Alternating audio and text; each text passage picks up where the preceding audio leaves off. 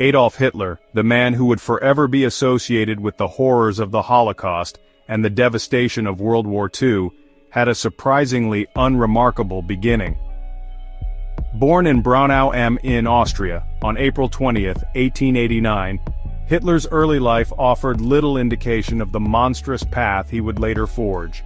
His father, Alois Hitler, was a customs official, while his mother, Clara Polzel, was a devoted housewife. Young Adolf's childhood was marked by frequent relocations due to his father's work, and he attended a series of schools, displaying an early interest in art but struggling academically. After his father's death in 1903, Hitler's academic performance further declined, and he eventually dropped out of school at the age of 16. He harbored dreams of becoming an artist and moved to Vienna, Austria, in 1907 to pursue his aspirations. However, his hopes were dashed when he was twice rejected by the Vienna Academy of Fine Arts. The rejections left a deep scar on Hitler, fueling his resentment and feelings of inadequacy. Living in poverty and struggling to make ends meet, Hitler found himself drawn to the anti-Semitic and nationalist rhetoric that permeated Viennese society at the time. Vienna, with its diverse population and complex social dynamics, became a breeding ground for Hitler's burgeoning prejudices. He developed a deep-seated hatred for Jews, whom he blamed for Germany's economic woes and social ills. This period of his life proved to be a turning point, shaping his worldview and laying the foundation for his future actions. In the years following his rejection from art school, Hitler drifted aimlessly through Vienna, taking on odd jobs and immersing himself in the city's political landscape. This period proved to be crucial in shaping his ideology and worldview. Vienna in the early 20th century was a hotbed of political and social unrest, with various nationalist, anti-Semitic and pan-Germanic movements vying for influence. Hitler was exposed to a toxic blend of ideas that resonated with his own sense of resentment and frustration. He devoured political pamphlets, attended countless rallies, and engaged in heated debates in coffee houses, eagerly absorbing the rhetoric of demagogues and extremists. It was during this time that Hitler discovered the writings of Arthur Schopenhauer, a German philosopher whose pessimistic views on life and emphasis on the will to power deeply influenced him. Schopenhauer's philosophy provided Hitler with a framework for understanding the world as a constant struggle for dominance, where only the strongest and most ruthless could prevail. Another key influence on Hitler's developing ideology was Karl Lueger, the charismatic and deeply anti-Semitic mayor of Vienna. Lueger's ability to mobilize the masses through his fiery speeches and populist appeals made a lasting impression on the young Hitler. He learned the power of propaganda and the effectiveness of appealing to people's fears and prejudices. Lueger's anti-Semitism, which he skillfully disguised as economic populism, resonated deeply with Hitler, who saw Jews as a scapegoat for Germany's problems. As Hitler delved deeper into the world of extremist politics, he became increasingly convinced that Germany was destined for greatness, but was being held back by internal enemies, primarily Jews and Marxists. He developed a messianic complex, believing that he was chosen to lead Germany to its rightful place as a dominant world power. Hitler's time in Vienna proved to be a crucible, forging his hatred, shaping his ideology, and setting him on a path that would have devastating consequences for the world.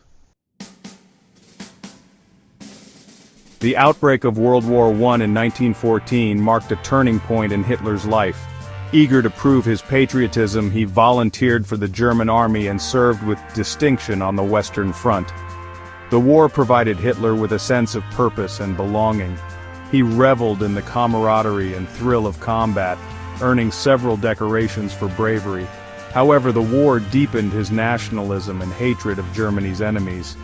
Following Germany's defeat in 1918, Hitler returned home bitter and disillusioned. He refused to accept the Treaty of Versailles, viewing it as a humiliating betrayal. The treaty's harsh penalties fueled widespread resentment and instability in Germany. In 1919, Hitler joined the German Workers' Party, or DAP. The DAP espoused nationalism, anti-Semitism, and anti-communism. Hitler quickly rose through the ranks with his charisma and oratorical skills.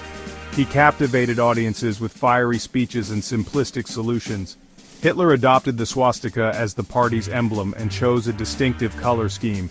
In 1920, the DAP became the National Socialist German Workers' Party, or Nazi Party.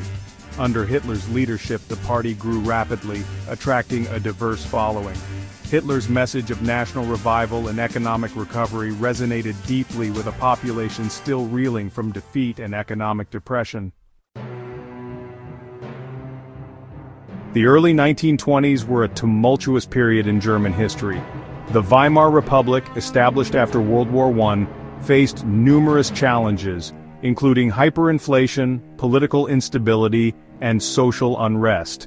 The Nazi Party, fueled by Hitler's charisma and the public's growing discontent, exploited this climate of fear and uncertainty to its advantage.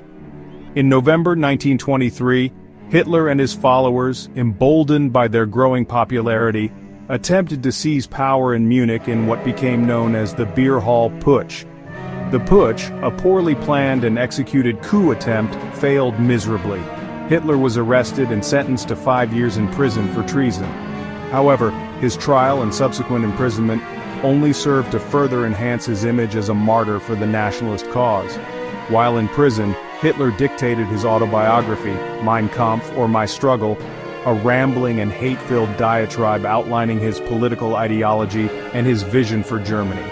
The book, which called for the repeal of the Treaty of Versailles, the expansion of German territory, and the creation of a racially pure German state, became the blueprint for the Nazi regime. Released from prison after serving only 9 months of his sentence, Hitler returned to a Germany still mired in economic and political turmoil. The Great Depression, which began in 1929, had a devastating impact on Germany, leading to mass unemployment, social unrest, and the collapse of the Weimar Republic's fragile coalition government. The Nazis, with their promises of economic recovery, national renewal, and a return to order, capitalized on the crisis, steadily increasing their share of the vote in parliamentary elections. In January 1933, President Paul von Hindenburg, a World War I hero and aging conservative, reluctantly appointed Hitler as Chancellor of Germany. Hindenburg and his conservative allies believed they could control Hitler and use the Nazis to achieve their own political goals. However, they vastly underestimated Hitler's ruthlessness and his ambition. Within months of assuming power, Hitler moved swiftly to consolidate his grip on the German state, transforming Germany from a democracy into a totalitarian dictatorship.